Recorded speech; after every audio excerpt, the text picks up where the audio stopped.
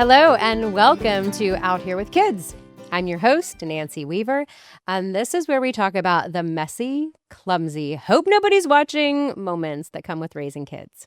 Every week we talk about those struggles and what happens when they spill out into public spaces, and most importantly, what ordinary people can do to show support. So if you have ever tried to stay calm in aisle 7, this podcast is for you. So today I want to tell you about a scene that my son and I observed a while back. And I want to tell you the story because it illustrates a concept that I've started calling parent performing.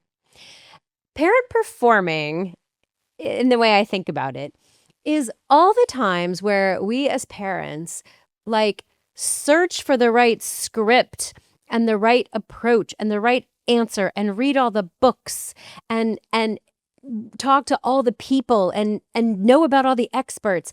And we try to do the perfect thing in our role as parents. And I get it. That's so me. When my kids were little, I read all the books, and I'm a professor of public health. I do research in child welfare. I was a very thoughtful parent. Read it all, did it all, knew it all. And that was almost to my detriment, to be honest with you.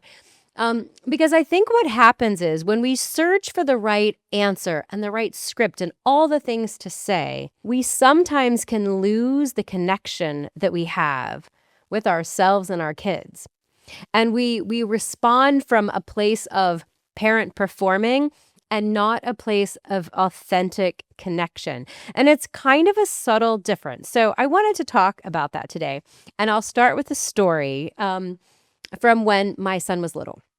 All right. So my son loved to go, we had this favorite ice cream shop we went to.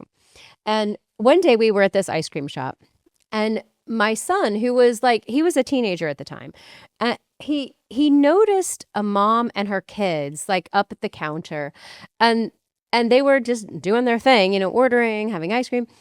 And he said to me, "I think that mom is a good mom."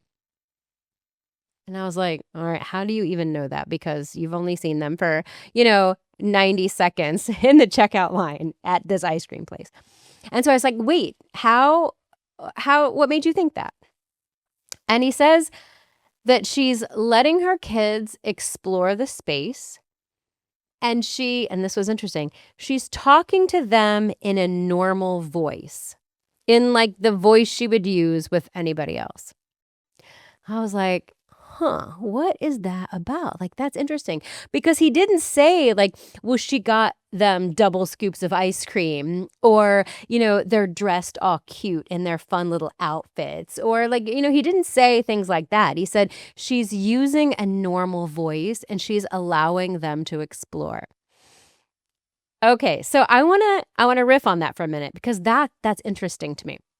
Let me counterpoint this story with a mom I saw at the coffee shop just yesterday. She was at the counter with her kids, and I'm going to do a little impersonation, which might be annoying, but here goes. "Yes, hold the door open. That's good. Excellent. Hold your sister's hand. Watch for cars. Oh, you did that so nicely. Thank you very much." Okay, do you see the difference? I can't believe I'm making a podcast about this, but hang with me because there's the point here. There's a lot of research on this idea that if we live authentically, it's much less stressful to us than if we live according to what others would like us to be, or what we think others need us to be, or even falling into some societal role or expectation. And we see a lot of this research in burnout in the workforce, because people will say, I'm not me, and I have to pretend to be somebody at work that I'm not. So the difference between who we really are and how we function during the day, our mannerisms and how we handle things and the choices how we present ourselves. If there's a big gap there, the larger that gap, the more distressful that is for our nervous systems and our sense of identity and our life satisfaction, quality of life kind of stuff. So, and the longer that persists, like if you've been at a place and you've been working there for a couple of decades and you feel like you haven't really been able to be yourself, that leads to chronic illness. Those are big kind of things. So, as a general rule, we want to live as close to our authentic selves as we can. And that's also true for parents. So, parents who experience their relationship with their child as authentic, so they do speak with a normal voice, they allow their kids to explore, those parents tend to be more regulated. They tend to enjoy their relationships with their children more because they're not stepping into this role of parenting. They're not putting on a costume, a uniform, a parenting uniform, and going into the coal mines. Like these parents who can be authentically themselves and also perform this role of parenting, they tend to have a better quality of life themselves, and as a result, so do their children. Okay, so where is all this going, this meandering riffing that I'm doing? The corollary then is, okay, well, if it's not a script, if it's not a parenting role, if it's not, something that I need to, learn my lines, then how do I relate to my kid? Okay, good question. I have been studying improvisational theater for about a decade, off and on.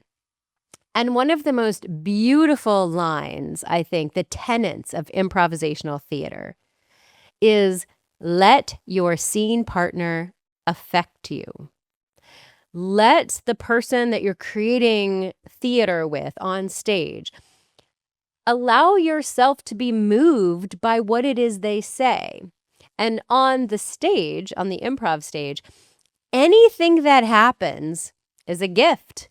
Your scene partner could come up with the most off-the-wall comment, or they could make an assertion, or they could share an observation that is completely not where your head was going, but it was what they offered you. I could say like, well, last Saturday we had that family of monkeys over for dinner, and it turns out they do like Brussels sprouts. Okay, well, if you're the scene partner, right? What are you doing with that? Well, you're going to allow it to affect you. A family of monkeys sitting down around the table. Well, I hope you didn't let them use grandma's nice china. Whatever it is. I'm making this up, obviously. But as a parent, you can follow those same rules, the same tenet. Let your children affect you. So your kid takes a little longer scooching out the door. Let that affect you. Maybe you're curious about that. You're shuffling kind of slowly this morning, aren't you? They're affecting you.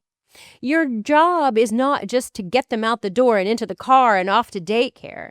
Your job is to form a relationship, a connection with your kid, which will be so important as you and they get older. And this notion of parent performing is like, it might be beautiful. It might be a Shakespearean script, as mine was. I'm like, okay, I have a PhD in behavioral science. I can study the literature. I know exactly what I'm going to do when my kids grow up. I'm going to parent in this way. And I'd roll out my list of parenting practices that were evidence-based parenting practices. Oh my gosh, I was such a fool. While that's useful, improvisation is a much better framework to use when you're raising kids. Okay, so now back to the woman in the ice cream shop. My son saw this. My son saw that this mom was being authentically her. She wasn't trying to control her kids. She wasn't worried about compliance. She wasn't worried about mediating her children's relationship with the rest of the world. She was just allowing her kids to be humans in a space. exploring, walking around, doing their thing, talking with people, being who they were. And because she allowed them to be who they were, she could relax into her own vision of who she was and just enjoy ice cream with her kids. It wasn't a teachable moment. It wasn't a story time moment. It wasn't a lessons learning all the time. It wasn't, you know, doing math problems with flavor choices. And, you know, sometimes moments with our kids need to just be moments with our kids. Anyway, my son noticed this and he picked up on the nervous system of this family. And it's all related, being authentically who we are, allowing our kids to authentically be who they are, allowing public spaces to accept all of that. We can then rest into a nervous system state and a sense of safety that allows us to be happy and thrive and flourish. So here's the upshot. When you notice yourself reaching for the scripts and asking the questions, what do I say and how do I be? See if you can also reach down and figure out in that moment who you are.